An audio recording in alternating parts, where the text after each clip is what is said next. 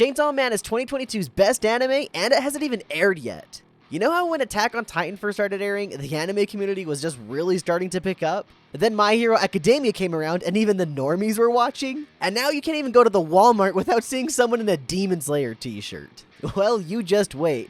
Come this October, everything's gonna be Chainsaw Man. There's gonna be kids dressed as Chainsaw Man for Halloween, people are gonna have little Puchita stickers on their cars, and even your mom's gonna be watching it, and she doesn't even know what an anomoi is. When I'd first heard of it, I really wasn't all that interested.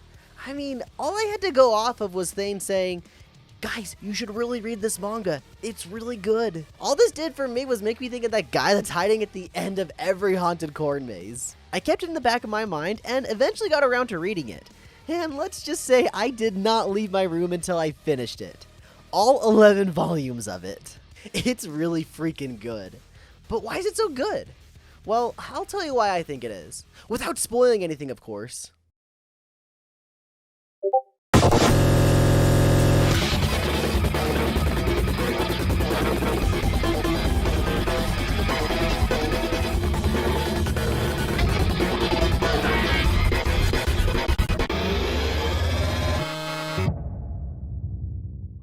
At first glance, Chainsaw Man looks like a darker, edgier Naruto.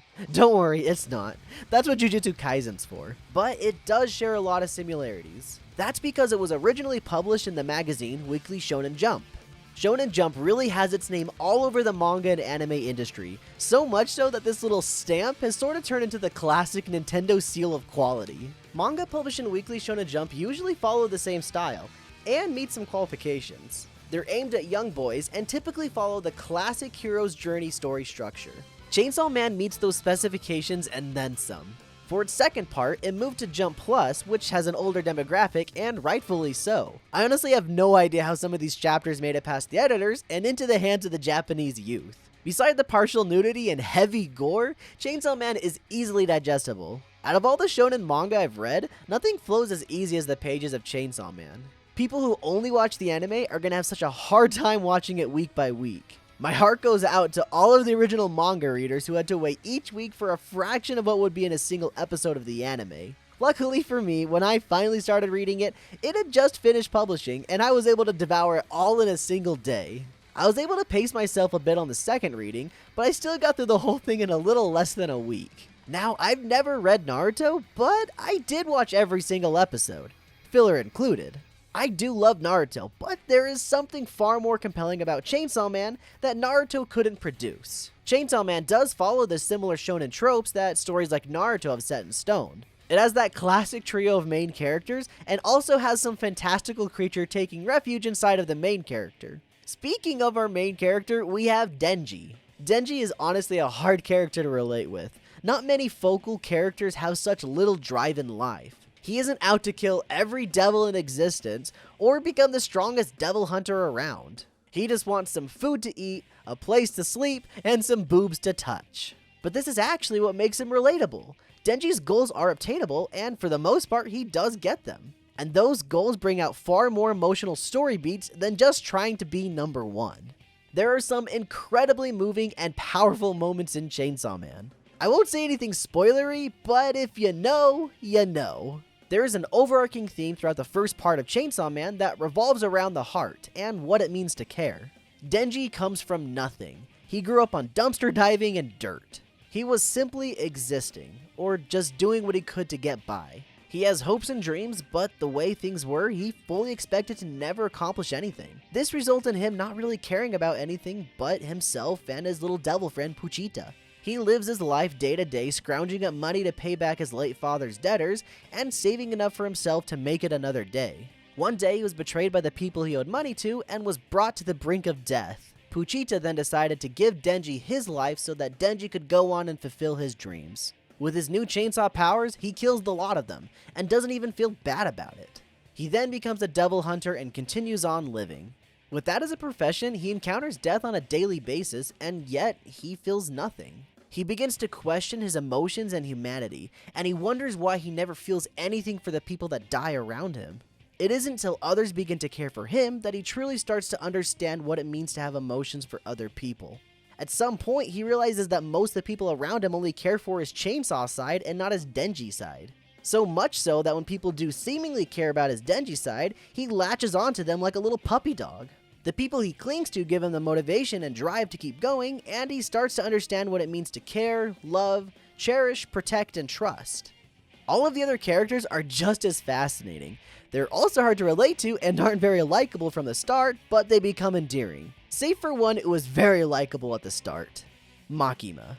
She is incredible, alluring, authoritative, manipulative, and kind. Right from the start, she is great. She commands your attention when she is on screen and dominates the rest of the cast with her presence. Let's just say that there's a very good reason why so many people bark at her sight and why there's so many pictures of people getting stepped on by her. Chainsaw Man wears its heart on its sleeves. From the beginning, you have the outline of the whole story. It stays close to its roots, but does so in a way that no one ever notices. It's one of those series that you can finish and then start over immediately afterward, getting so much more out of it than you did the first go around. It shows and tells so much, but without any context, you'd never get any of it. The foreshadowing is subtle and the symbolism is right in your face, but you'd never see it coming on your first time. There are simple story promises that always have a payoff. Some are subtle, while others continue to build until they boil over. Couple this with the fact that it still does follow those traditional shonen tropes, so you won't be prepared for the moments that it rips your heart out. Honestly, you think there are so many ways that the story could go, but then it turns a direction that you didn't even know was on the table. There is so much to this series, and it's incredibly hard to say anything without spilling my guts and talking about the story with full spoilers. But I wanted to make this video so that anyone just coming into the series would be able to enjoy it while getting some idea of what to expect. Keeping that in mind, I still wanted to give a theory of sorts before we end. Don't worry though, it will still be spoiler free. I wanted to briefly talk about these two characters, Kobeni and Kishibe.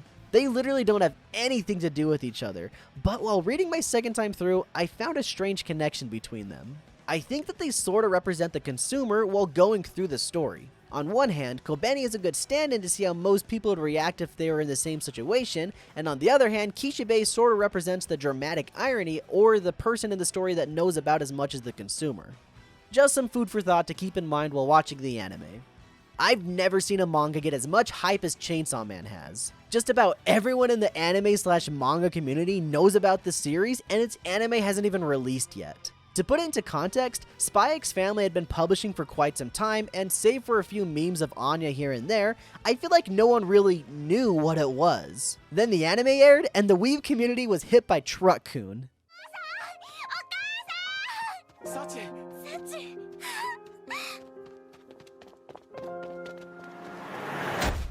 Well, bring it on, Truck-kun. I'm ready to see more of my favorite scenes brought to life on the TV, as well as have everyone that isn't in the know find out why Chainsaw Man is so good.